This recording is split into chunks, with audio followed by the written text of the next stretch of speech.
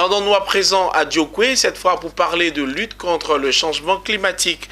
L'ONG Terre pour ma progéniture était récemment en activité pour la reconstitution du couvert forestier ivoirien. Elle initie une opération de planting d'arbres dans le département. Théodore Kanga.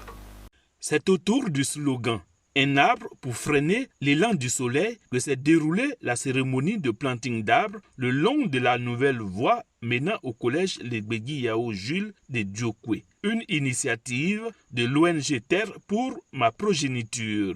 Cette opération vise, selon le président de l'ONG, à lutter contre le réchauffement climatique.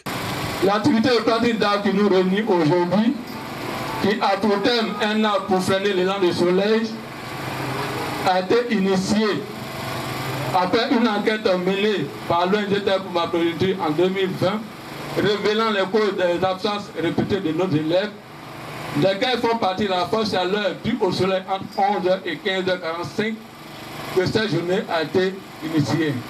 Le colonel Kadiofian, directeur régional des eaux et forêts du Guémon, et le sous-préfet de Guéyébli, Kone Kramoko, ont rappelé le danger que court la population avec la disparition vertigineuse des forêts ivoiriennes. Ils ont exhorté les populations à soutenir les actions de l'ONG pour ma progéniture.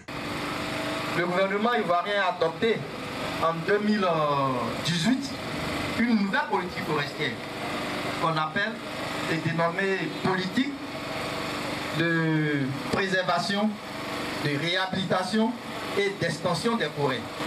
Et cette politique a pour objectif de porter le taux de notre couverture forestière à 20%.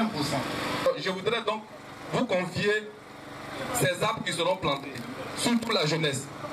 Vous avez pris tout à l'heure l'engagement peut-être d'adhérer au projet. De 16 millions d'hectares de forêt en 1960, il n'en reste aujourd'hui plus que 2,9 millions, soit un taux de 9,2%. La Côte d'Ivoire souffre d'une dégradation continue de son couvert forestier. Cela risque de provoquer à la longue la disparition totale de nos forêts à l'horizon 2035 si rien n'est fait.